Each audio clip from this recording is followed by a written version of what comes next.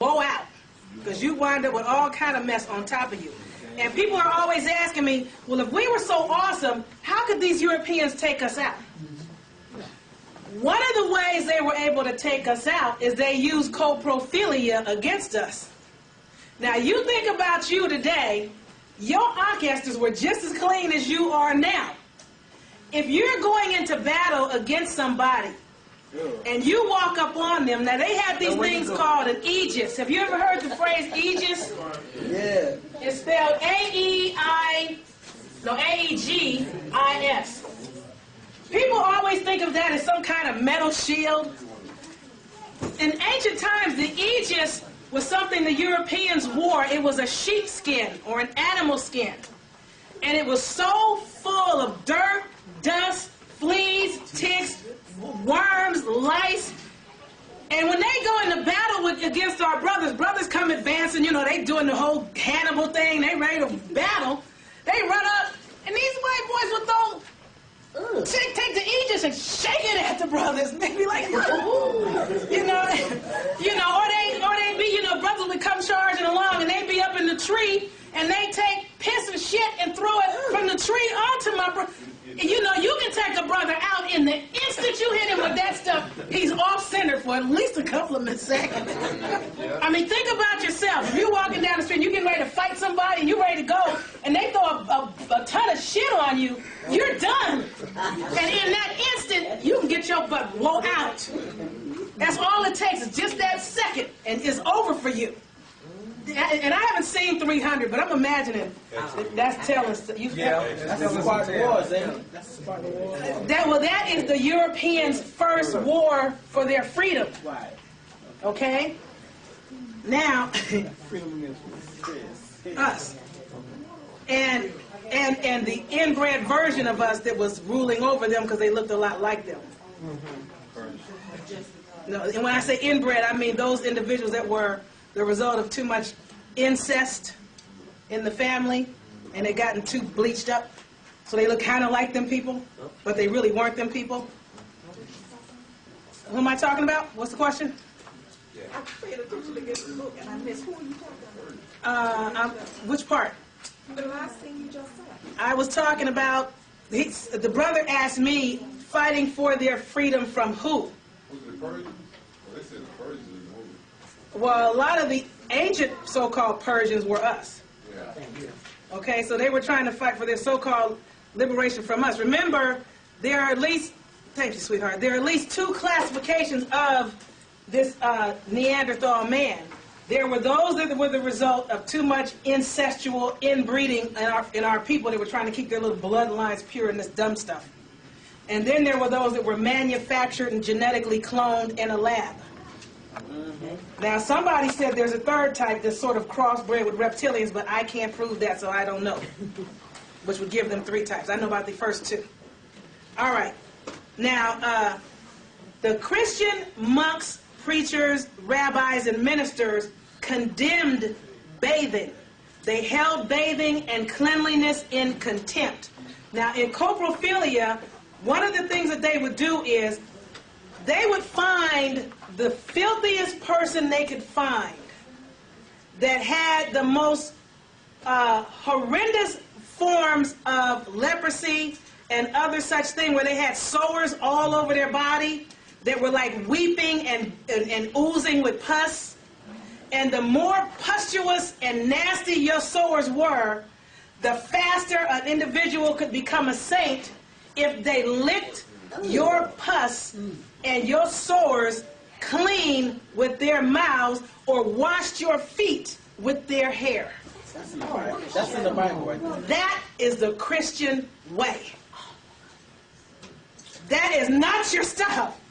That is not your stuff. Now, when the Christian churches started to rise up, public bathing started to be closed down because they were anti-bath. And the few of them that would get into the baths, they'd be so dirty, the water would be so nasty, they didn't want to get in it because they also were against clean water. They didn't use clean water. I don't know if a lot of them use the clean water now. Now, the dirt and the filth were worshipped. that was considered holy and sacred by Christians, to be dirty. And to become a saint, you needed to lick somebody's sores clean and wash somebody's hair. Those were the requirements to become a saint back in the day. Now, St. Agnes never bathed her whole life, and she died when she was 13. I see why. Okay? Okay? Now, there was one Christian who bragged that she had not washed her face for 15 years because she was waiting to get to the whole thing where they did the holy water thing on you, and she wanted her face to be dirty for that. You know, she didn't want any water to touch her face until she got to a rabbi that did the holy water thing. You guys should see how you're looking at me.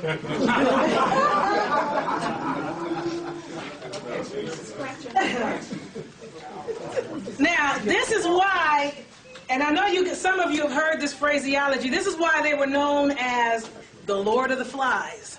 The Lord of the Flies.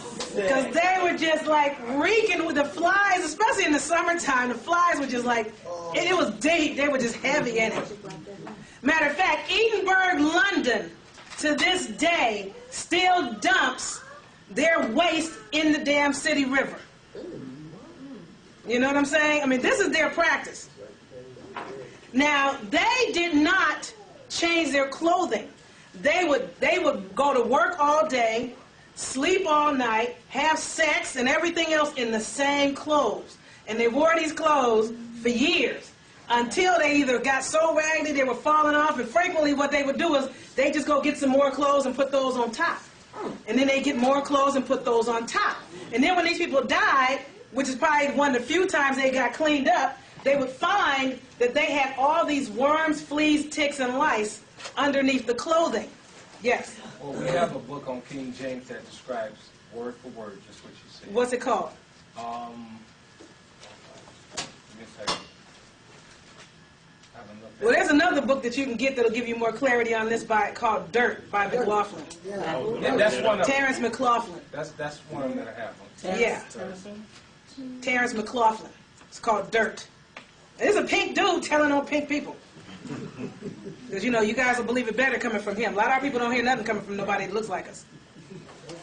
So, now I know I'm grossing you guys out, but I have to gross you out in order to get you clear on what the Christianity is so that you and people you know can see it for what. Because even if you don't get them to listen to you, maybe you can get them to watch the lecture. And they can start to fall away from that which does not belong to them so they can come back to themselves so we can get our land back. So we can get our liberty back. And the reason we can't get it back, I'm going to point that out, is because of Christians, Masons, Eastern Stars. A lot of you people are helping Rome to keep us down, and you don't know it. A lot of these people took out Malcolm X, Martin Luther King, and all these other people. They keep setting people up because they don't know who they work for.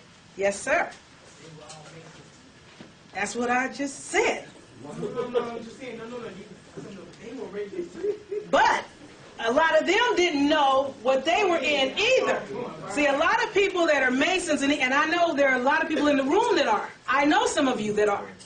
But a lot of you may or may not know where the secret orders come from at the top. Just like they used to show in the movie, the series, The X-Files, when they would say the truth is out there. Remember how Mulder and Scully would be trying to do their job, and they'd be trying to handle something, and all of a sudden they get called in by their superiors, and it's like, y'all need to back off.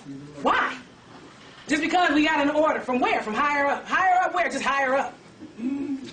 A lot of this goes on where the orders come from higher up, and nobody's really sure where the orders come from.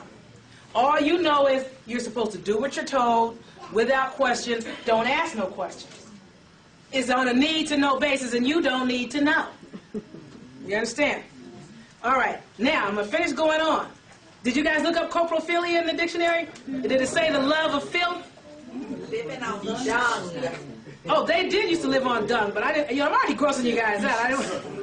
I couldn't find it. You couldn't find it? It's not in this dictionary?